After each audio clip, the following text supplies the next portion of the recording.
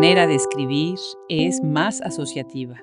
Una frase me lleva a otra y esa a otra, dice la escritora peruana Carmen Ollé, y hoy conversamos con ella. Nosotros somos Hablemos Escritoras transmitiendo desde Austin, Texas, y Carmen Ollé es la ganadora del premio José Donoso 2025. La recibimos en Hablemos Escritoras, que se produce en Austin, Texas, para hacer visible la obra de escritoras, críticas, traductoras, periodistas, editoras y las editoriales que las publican. Carmen Ollé nació en la ciudad de Lima, Perú, y escribe poesía, narrativa, relato y entrecruce. Es una de las escritoras más representativas de la literatura peruana hoy. Encuentro en París con Allen Ginsberg. El otoño nos sorprendió en la ciudad de los tejados grises. Un poema que empieza era el día con pie quebrado y nuestras imágenes inmóviles como el rostro de una Botticelli. En un verano sin detergentes parecían envases acordonados en la estación de Austerlitz. Este es un fragmento del libro Noches de Adrenalina de Carmen Ollé, quien nació en la ciudad de Lima, Perú, y escribe poesía, narrativa, relato y entrecruce. Es una de las escritoras más representativas de la literatura peruana y es tallerista. Su último libro es de memorias con el título Destino Vagabunda, publicado por Peisa 2023. Otros de sus libros en su abundante obra son Retrato de una mujer sin familia frente a una copa, que gana el Premio Casa de la Literatura Peruana en 2015, ¿Por qué hacen tanto ruido? 1992, y Una muchacha bajo su paraguas, 2002. Pues este año se celebró otra emisión maravillosa del Premio José Donoso. Una gran felicitación a todo el equipo, esta universidad que ha hecho tanto por este premio con este premio. Felicidades también al jurado, felicidades a Claire Mercier por esa coordinación tan maravillosa. Y bueno, la ganadora, felizmente, de verdad tan merecido, es Carmen Ollé. Y hoy tenemos el gusto de tenerla en este micrófono. Felicidades, Carmen, por ese premio que se suma a otros más que ya tienes. Gracias, Adriana. Este es el primer premio más importante. Realmente los otros son institucionales, locales, ¿no? Pero este me parece a nivel internacional y viniendo de Santiago y de la Universidad de Talca, de Chile, me parece de gran relevancia. Claro, claro, pues muchísimas felicidades, muy justo. Y sí, efectivamente, la Universidad de Talca ha marcado muchísimo la literatura ahora con estos premios. Yo tuve el honor, te platicaba yo fuera del micrófono, de haber sido parte del jurado el año pasado, cuando ganó Mariana Enríquez, y sé que es un proceso arduo. Tú me estabas contando afuera del micrófono que tú no tenías ni idea de que te habían propuesto. De eso se trata, ¿verdad? Así que fue una sorpresa para ti, Carmen. Una gran sorpresa y pienso que en algo ha contribuido que este año salieran publicados dos ediciones de Noches de Adrenalina en Buenos Aires, en Santiago de Chile, y que me invitaran al Festival de Poesía de Buenos Aires. Y creo que por ahí, ¿no? Empezaron a interesarse en leer mi obra. Pienso que eso contribuyó. Ujú. Fíjate que también me da mucho gusto que eres de Perú. Es un país que le tenemos muchísimo cariño en el proyecto. Tenemos muchas escritoras peruanas. Tú ahora entras ya ahora a ese grupo. Cuéntanos un poco de ese Perú que tú recuerdas, de tu Perú de cuando eras niña, en el que creciste. Y bueno, es un Perú, ahora me doy cuenta, muy dividido y muy fragmentado, ¿no? Con grandes brechas culturales, sociales y económicas. Bueno, yo me crecí en una familia de clase media, autosuficiente económicamente, por mi padre, y estaba en un colegio también privado de origen suizo. No me daba cuenta de la realidad peruana, sino cuando salíamos de vacaciones, yo vivía en la costa parecía muy tranquila, parecía económicamente bien, y no me di cuenta de la realidad peruana cuando salíamos de vacaciones con mi madre y mis hermanos a la sierra, a la parte interior, la parte rural. Entonces ahí yo sí veía la diferencia, veía a la gente campesina, a los indígenas y a los conocidos como opas, ¿no? Que eran los medio dementes, borrachines tirados en el suelo.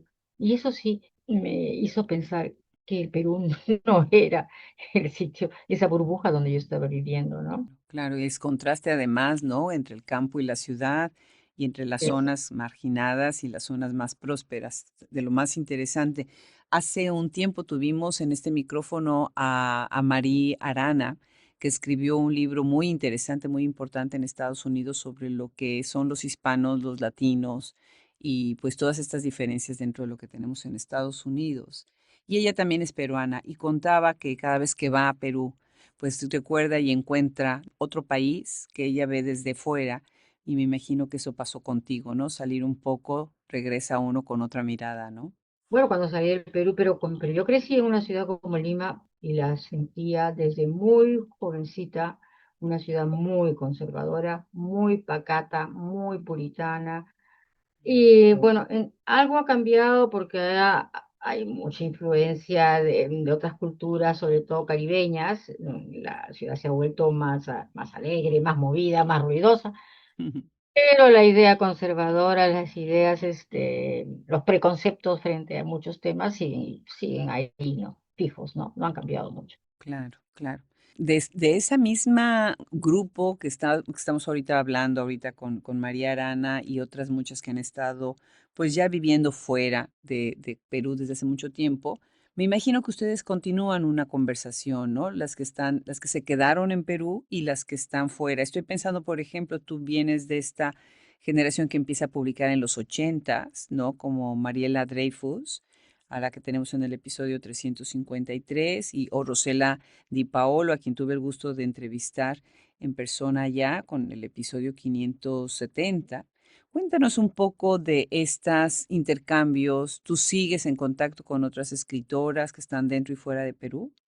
Sí, pero son más jóvenes, ¿no? De otras generaciones, porque de la generación del 80, yo no soy del 80, soy del 70, pero del 80, pero era amiga de todas ellas. Mariela Dreyfus es la única que está fuera, realmente. Mm, La Giovanna Polarolo, Rosela Di Paolo, que ahora está muy, muy delicada, y Tatiana Berigué, Rocío Silva Santisteban, todas ellas están en Lima, trabajan en Lima, estudiaron fuera y regresaron, ¿no? Hicimos un grupo en los 80, pero un grupo de amigas, y invitamos a Blanca Varela, empezamos a conocer a Blanca Varela porque creo que en los 80 recién, hacia mediados de los 80, Blanca Varela sale de una especie de enclaustramiento, ¿no? No mm, se daba a conocer, no daba entrevistas. Y publica Canto Villano a fines de los 70 y empiezan los poemarios nuestros a salir. Y nos encontramos en los recitales. Y hicimos una gran amistad con Blanca Varela, todas alrededor de Blanca Varela, ¿no? Un grupo grande alrededor de ella, porque ella era la más habladora, la más conversadora, tenía más anécdotas, y nos invitaba mucho a su casa. Era una gran anfitriona de una casa preciosa en Barranco que daba al acantilado. Y bueno, disfrutamos mucho de reuniones de poesía con ella, en recitales públicos, y cambió su actitud frente a lo público, ¿no? mm. Salió de lo privado a lo público con nosotras, ¿no? Qué bien, qué maravilloso esas tertulias literarias, ¿no? Que se hacen en espacios en donde todo hay, ¿no? La conversación acerca de los libros y de la cultura y bueno, el vino y siempre es tan lindo tener esa comunidad. Me imagino que debe haber sido un tiempo que atesoras con mucho cariño. Muchísimo, porque además no solo hablábamos de libros, ¿no? Blanca Varela, como buena señora limeña, hablaba de todo el mundo, de la sociedad, le molestaba muchísimo a los escritores que paraban, dice, en los ágapes, en las reuniones de las embajadas, y incluso utilizaba algunos términos bastante toscos y groseros para reírse de ellos, ¿no? Sí. Qué interesante, me encanta esa anécdota. Bueno, y estudiaste, ahorita que estamos hablando precisamente del ambiente, estudiaste en esta Universidad Mayor de San Marcos, tan hermosa ciudad, ahí estuvimos también entrevistando y fue una visita muy linda. Hace muchos años después también estuve en un congreso del siglo XIX, nos invitaron ahí a platicar con los estudiantes, gracias a un profesor que nos abrió el espacio. Cuéntanos acerca también de esa comunidad que viene de donde estudiaste, de tus profesores, de tus influencias. Justamente cuando yo desperté a la realidad peruana y me di cuenta de que había estudiado en un colegio exclusivo, ¿no? El colegio Pestalozzi, de origen suizo, y llegó el momento de presentarme a la universidad, yo escogí San Marcos y no la Universidad Católica. Y mi padre me preguntó, ¿pero por qué quieres ir a San Marcos? Es una universidad del pueblo, me dijo, ¿no? Tú Mm, tienes que ir a la Católica. No, yo le dije, yo quiero conocer la realidad peruana. Y yo me presenté a San Marcos. Y en San Marcos tuve muchas amigas que la mayoría, desgraciadamente, han muerto. Acaba de fallecer otra. Yo estudié educación. Y tuve una amiga muy linda que era mi compinche, mi cómplice, que también es poeta, pero murió en el 2010.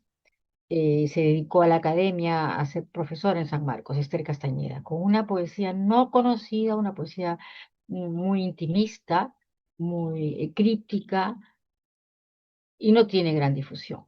Pero ella fue mi gran amiga y mi gran receptora cuando hablábamos de literatura, ¿no? Que era mutuo, ¿no? Un cariño muy, muy grande entre las dos. qué lindo tener ese recuerdo también. Y ahorita que estás mencionando a Giovanna Polarolo, que de verdad me parece increíble que puedan estar ustedes dos en conversación, me parece muy lindo. Les recomiendo muchísimo, hay un video en YouTube en donde están las dos conversando, no se lo pierdan. Y bueno, ahí hablas de algo que me llamó mucho la atención, ironía perversa. Cuéntanos de esa ironía perversa. ¿Por qué es importante remarcar la ironía en la literatura? Bueno, estás hablando del contexto ahí de Blanca Varela, pero en general tú has hablado de esta ironía. Sí, bueno, Giovanna Polarolo es ahora una de mis grandes amigas íntimas, ¿no? A raíz de su obra y de un congreso que hubo en Huanchaco, del primer congreso de escritoras jóvenes en los 88, 1988. Y claro, yo hablé de ironía perversa a propósito de la poesía de Blanca Varela, porque es una ironía que está en el límite de lo mordaz, ¿no? No llega a ser mordaz, pero mira con mucha crítica, muy, muy dura, es muy aguda hacia lo que pasa en su entorno, en el amor, en la relación de pareja, en la relación madre-hijo, ¿no? En la familia, esa manera de ver el mundo, esa Weltanschauung, ¿sí? Como se dice en alemán, es en Blanca Varela muy original, ¿no? Y además yo valoro mucho no solo la ironía perversa, en el sentido de que no es una ironía gratuita, va directo a la llaga, ¿no? De la sociedad, sino también la autoironía, que para mí es lo que está faltando en nuestro país, ¿no? Claro, esa autoironía nos está faltando creo que a muchos en muchos países, ¿verdad?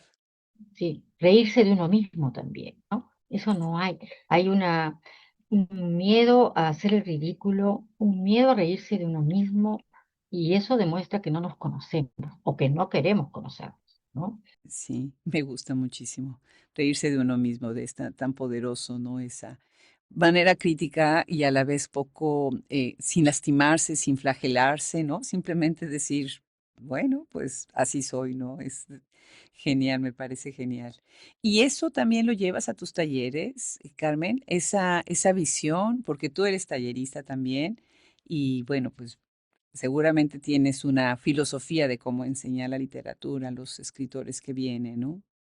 Sí, trato de que los talleres sean realmente un laboratorio y que dejen toda que dejen su sentimentalismo hacia la obra, hacia lo que escriben, en la puerta, que no entren con eso, porque a veces cuestionan si tenemos libertad para cambiar algún texto, para editar los textos, para trabajar los textos. Entonces he empezado a aplicar una nueva técnica o una nueva estrategia, que cuando los mando a hacer, por ejemplo, haiku, Ujú. no sepamos de quiénes son esos mismos haikus, y los leamos todos de una manera ajena, ¿no?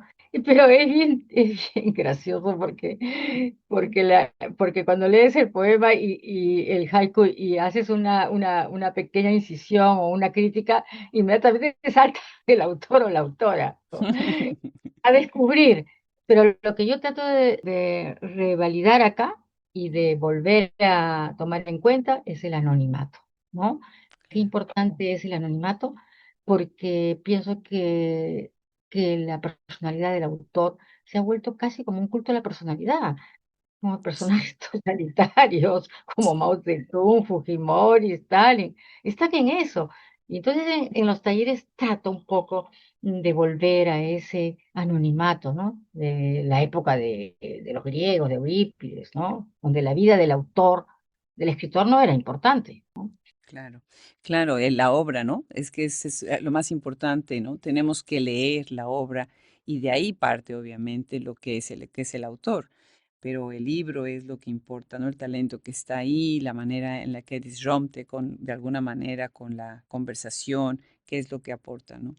Estamos hablando en este momento con la escritora peruana Carmen Ollé y yo estoy revisando la lista de todas sus obras, que es larga, larga, y bueno, estoy pensando ahora viendo las editoriales que te han publicado, que el premio José Donoso también es un reconocimiento a la apuesta que hacen estas editoriales que platicábamos, ¿no? Que pues muchas no son grandes, o sea, tampoco son pequeñas, ¿no? Peísa, por ejemplo, ¿no? Es una editorial importante y hay otras más, pero también me parece muy interesante que trabajas muchos géneros.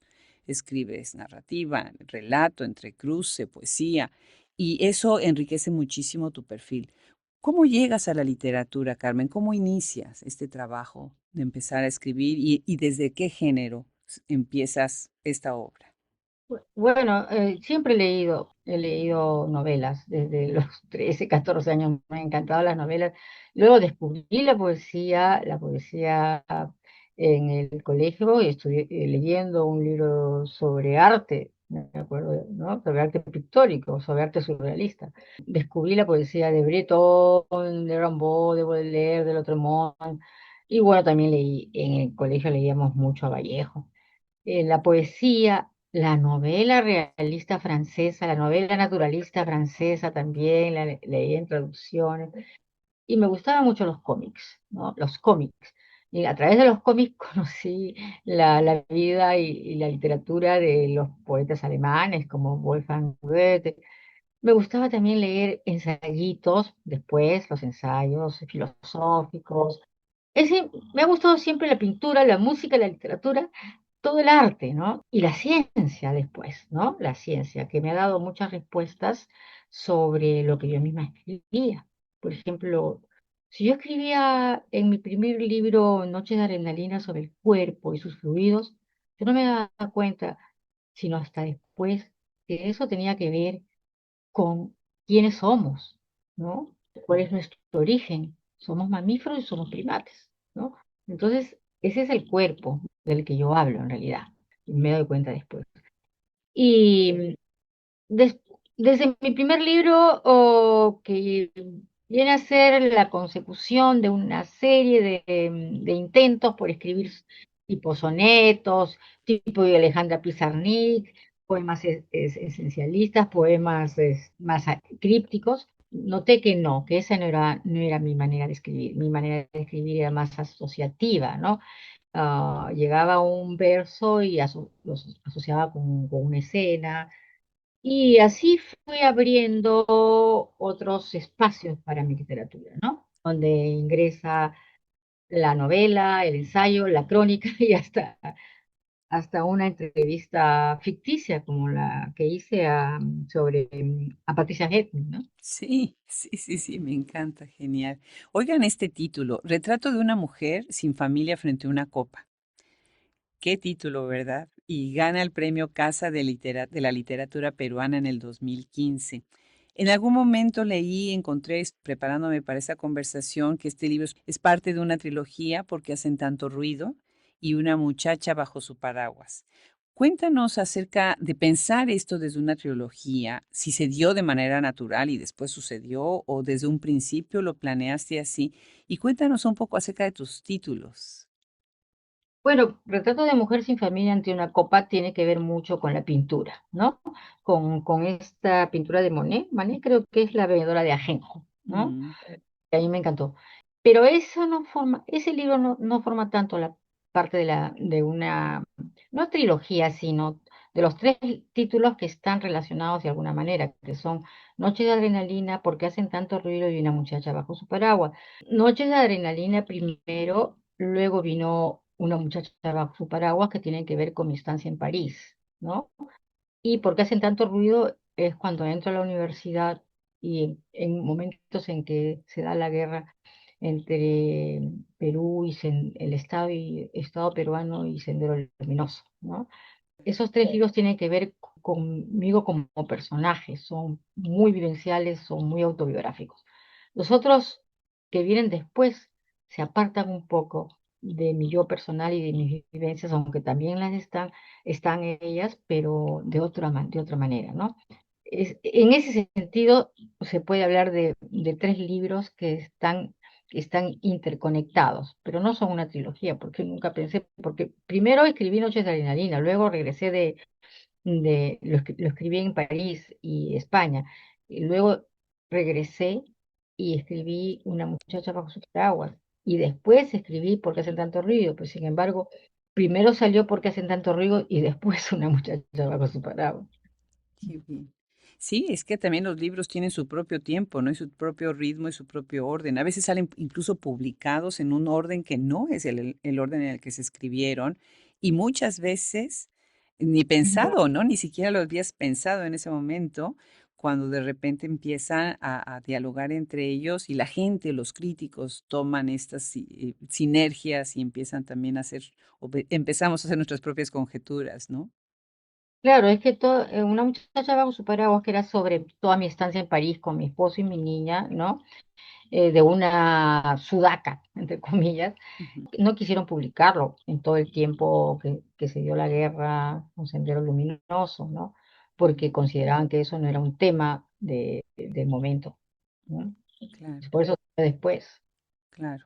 Pero ¿por qué hacen tanto ruido que se publica en 1992? Ese es justo el tiempo que está sucediendo todo lo de Sendero Luminoso, ¿no?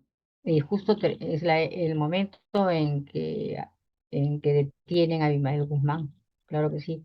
Y ese libro se presenta al día siguiente de una gran explosión que hubo en Miraflores, en la calle Tarata, y que fue un carro lleno de dinamita que explotó de Sendero Luminoso, ¿no? Puesto por Sendero Luminoso.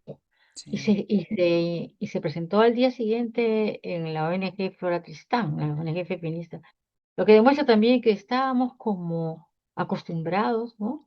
ujú. Que habíamos normalizado la violencia y que no estábamos muy conscientes de las implicancias de ese atentado, no hasta mucho después, ¿no?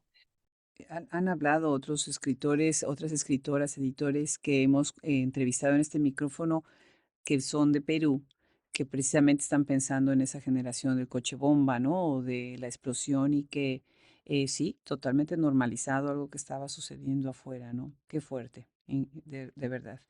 ¿En por qué hacen tanto ruido? Tocas un tema y muy importante, ¿no? Y además que este es un libro muy, muy personal, sobre los trastornos mentales también, ¿no?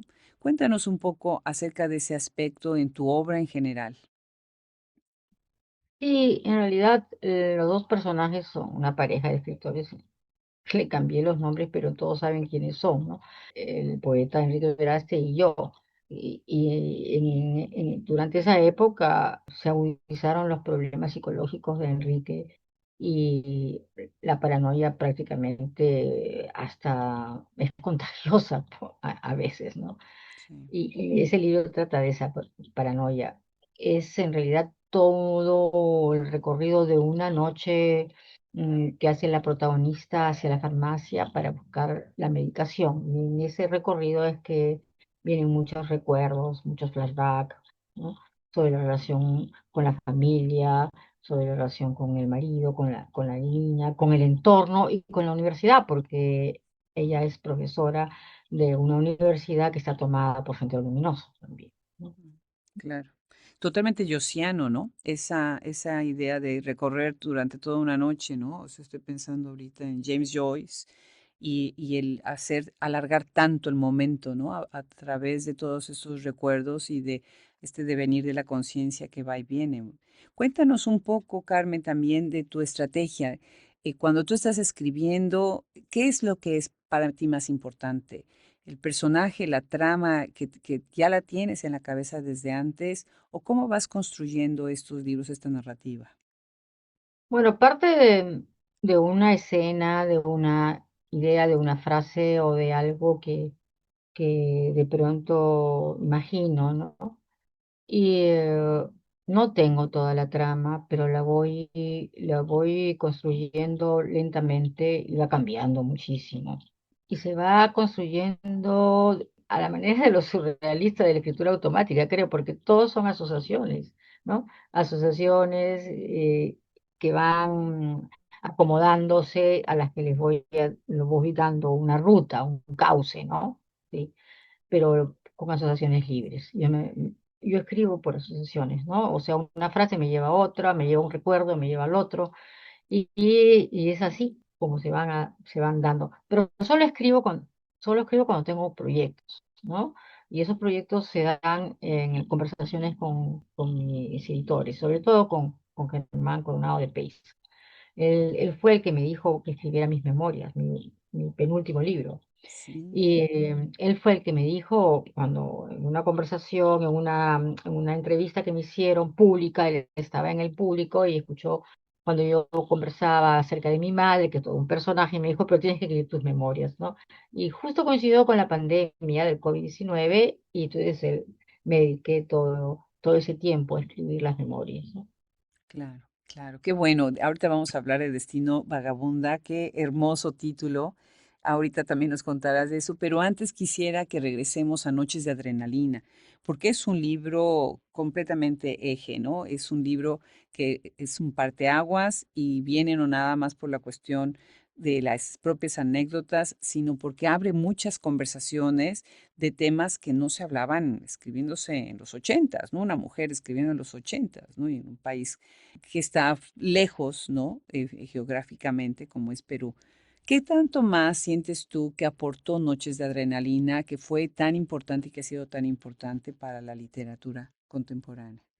Bueno, lo que yo veo ahora a la distancia es que no hubo ninguna injerencia de autocensura de mi parte, ¿no? Sí, cuando yo escribía lo que sentía que debía escribir. Y no me preocupaba si eso iba a tener problemas con los lectores, con la crítica, con la sociedad, no sé, porque además lo escribí, ¿dónde? Lo escribí fuera del Perú, ¿no? Empecé a escribirlo en Menorca, en Mahón, y luego lo terminé en París. Y sí se nota que hay dos momentos distintos, ¿no? En el tono, ¿no? En el tono. ¿Por qué? Porque en la primera parte estábamos Enrique, la niña y yo más aislados y tenía más relación con mi pasado, con mis años previos de vida en el Perú, ¿no? Y luego cuando pasamos a París tuve una relación con la bohemia, ¿no? Con los latinoamericanos que estaban autoexiliados ahí. Hay otro tono. Pero lo que me hace sonreír ahora cuando me encontraba con algunos lectores y lectoras, una chica que me dijo, ay, si hubiera leído su libro antes no me hubiera operado la nariz, me dijo, ¿no? Así. Y por otro lado, mi hermano mayor, que vive en Estados Unidos hace muchos años, ¿no? Desde los 18 años, me dijo, ay, tu libro me ha dado mucho dolor de cabeza, me dijo, ¿no? Tu libro me ha dado mucho dolor de cabeza. Es que como es ese pasar, ¿no? Violento de lo concreto a lo cotidiano, a lo abstracto, a lo cotidiano, a lo público, ¿no? Y que no lo dejaba tranquilo. Ya lo creo. Como cada quien va leyendo, ¿verdad? De manera distinta los libros y le significan cosas tan diferentes entre un lector y otro, ¿no?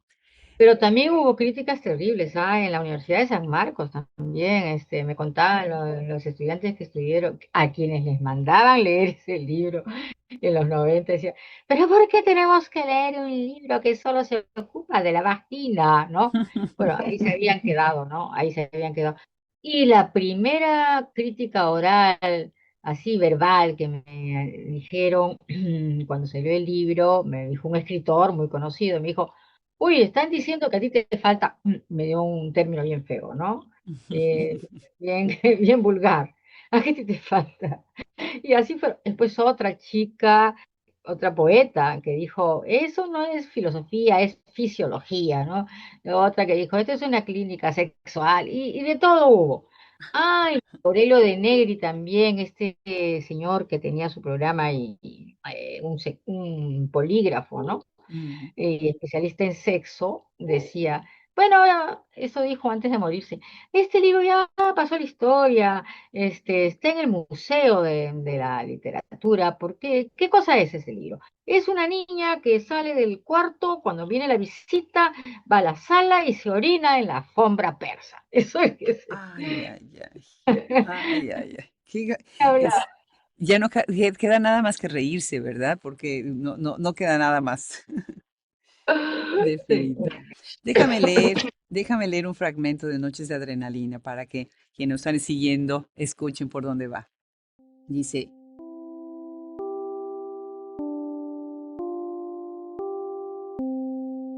tener 30 años no cambia nada, salvo aproximarse al ataque cardíaco y al vaciado uterino. Dolencias al margen, nuestros intestinos fluyen y cambian del ser a la nada. He vuelto a despertar en Lima, a ser una mujer que va midiendo su talle en las vitrinas como muchas, preocupadas por el vaivén de su culo transparente.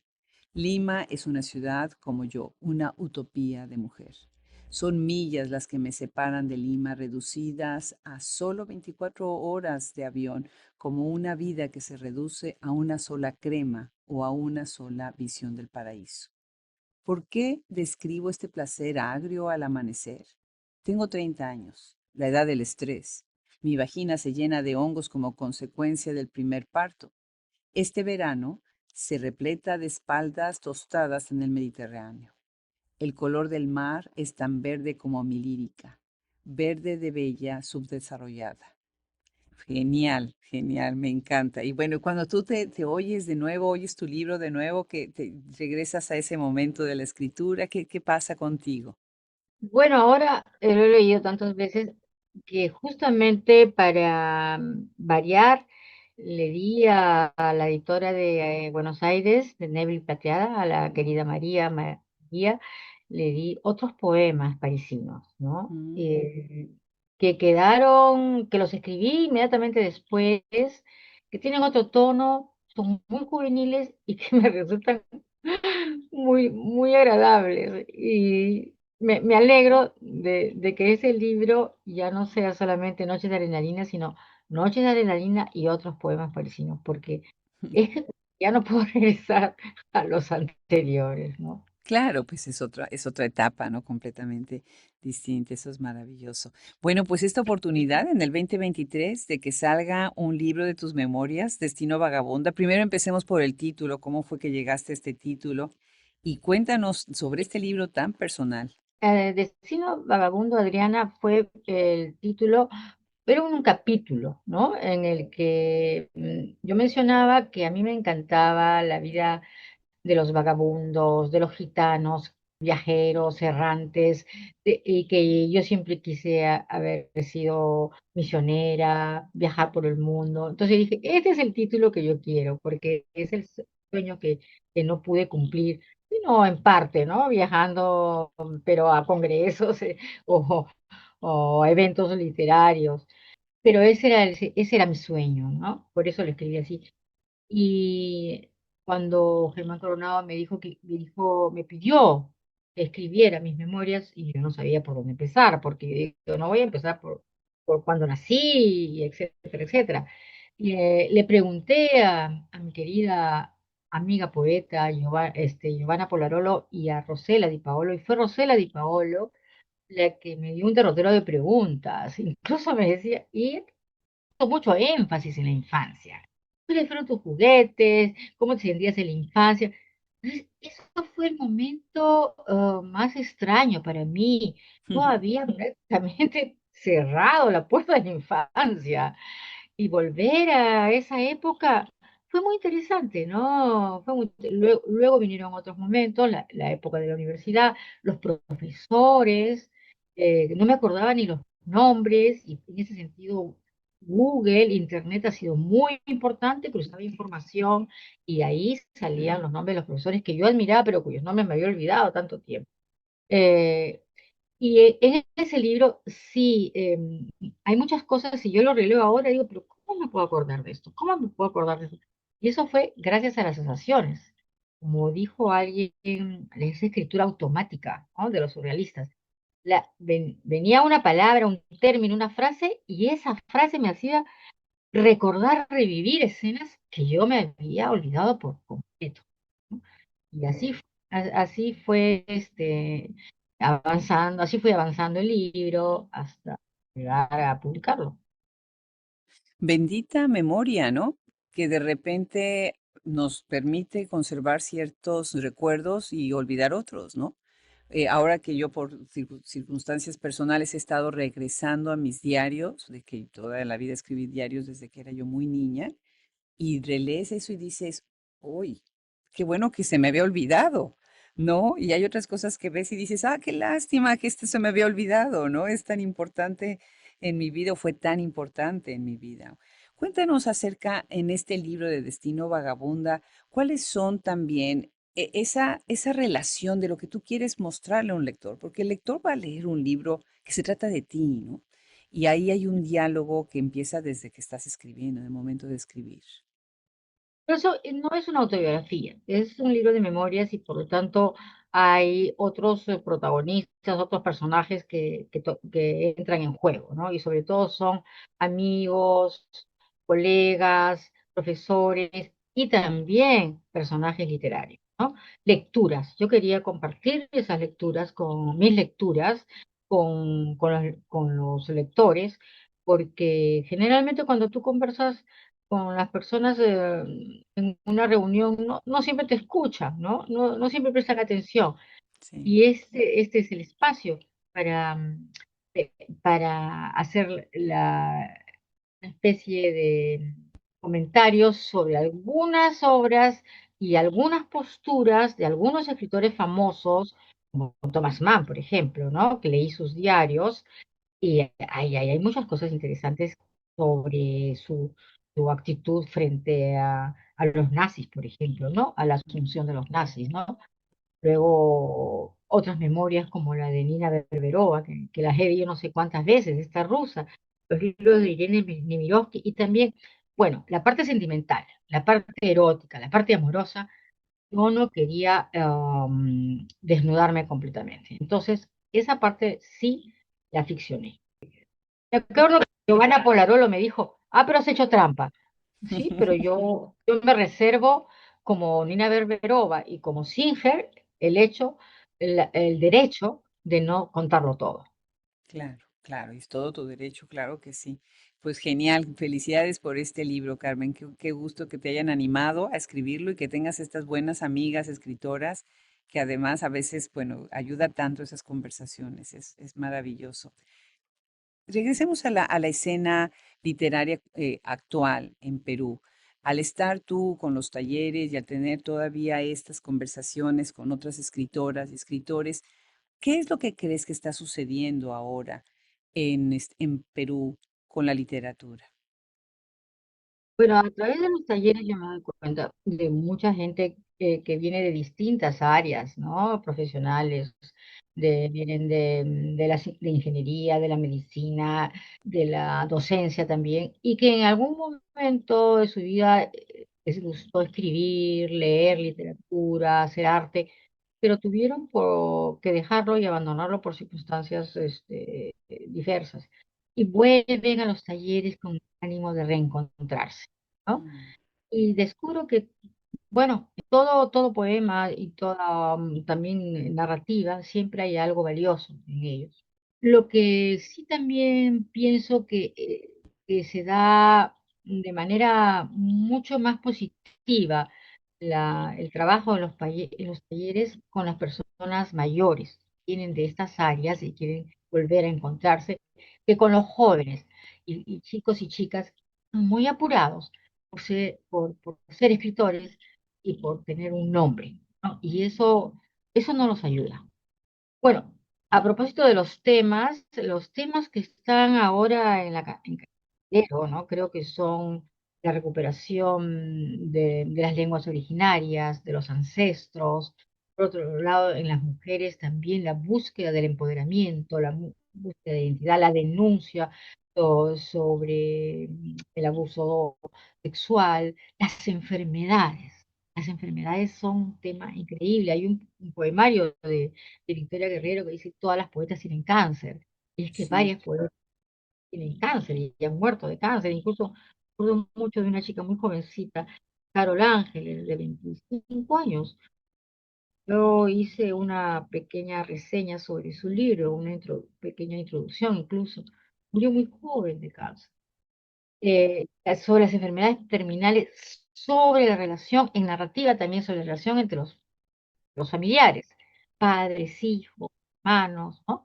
Esos son los temas, por un lado son temas muy personales, por otro lado hay los temas históricos, pero no estoy muy al tanto de cómo funciona eso, ¿no? Si también hay ese querer volver al pasado, pre-inca, incaico.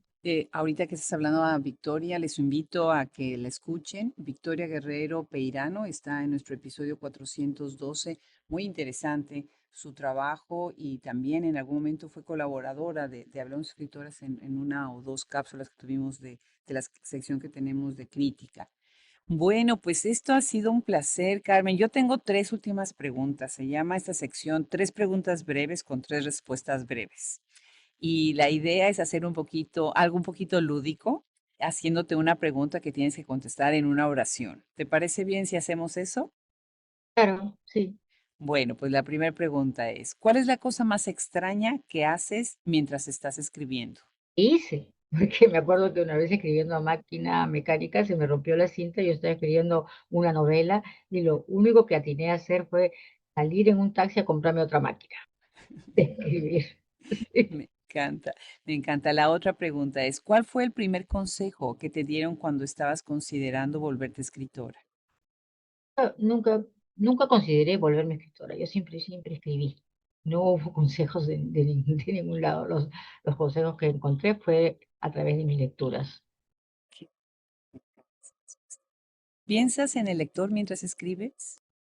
Antes pensaba en un par de amigos, amigas, pero después me di cuenta que cuando publicaba lo que había escrito pensando en ellos no lo leían ni les interesaba. Así que ahora no pienso en nadie. Me encanta. Carmen, otra vez felicidades por ese premio, qué reconocimiento tan merecido. Estoy feliz de que lo hayas ganado y de que hayamos podido leer más de tu obra. Tenemos que leer más tus libros y hablar de toda tu trayectoria. Y le agradezco muchísimo a Claire Mercier que haya abierto esta oportunidad. Muchas gracias por venir a Hablemos Escritoras. Gracias a ti, Adriana, y a todo el equipo que hacen de tu programa un programa muy interesante. Pues al contrario, un abrazo grande desde ya la gran ciudad de Austin, ya ahora bastante fría en este diciembre. Gracias, Adriana. Un beso, un abrazo.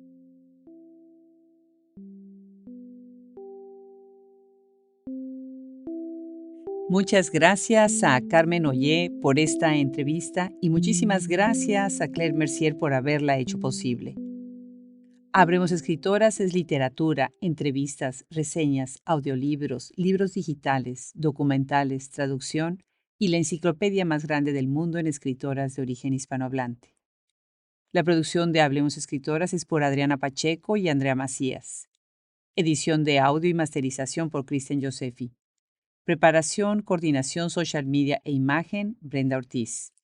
Colaboradores del proyecto, Liliana Valenzuela, Francesca Denstedt, Ann Janet Delgado, Isabel Ibáñez de la Calle, Rosemary Salum, Teresa López Pelliza, Valeria Rey de Castro, Julia Santibáñez. Nuestra mesa LAM, Gabriela Polit, Gisela Cosac, Lorena Amaro, Marta Batis, Mónica Velázquez, Mónica Surmoc. Traductores, Alice Banks y Andrea Macías. Artista residente, Mitana Boikova Josefi. La increíble imagen de Hablemos Escritoras es gracias a Enigma Diseño y nuestra poderosísima plataforma Anasolab. Todos los derechos reservados. 2026.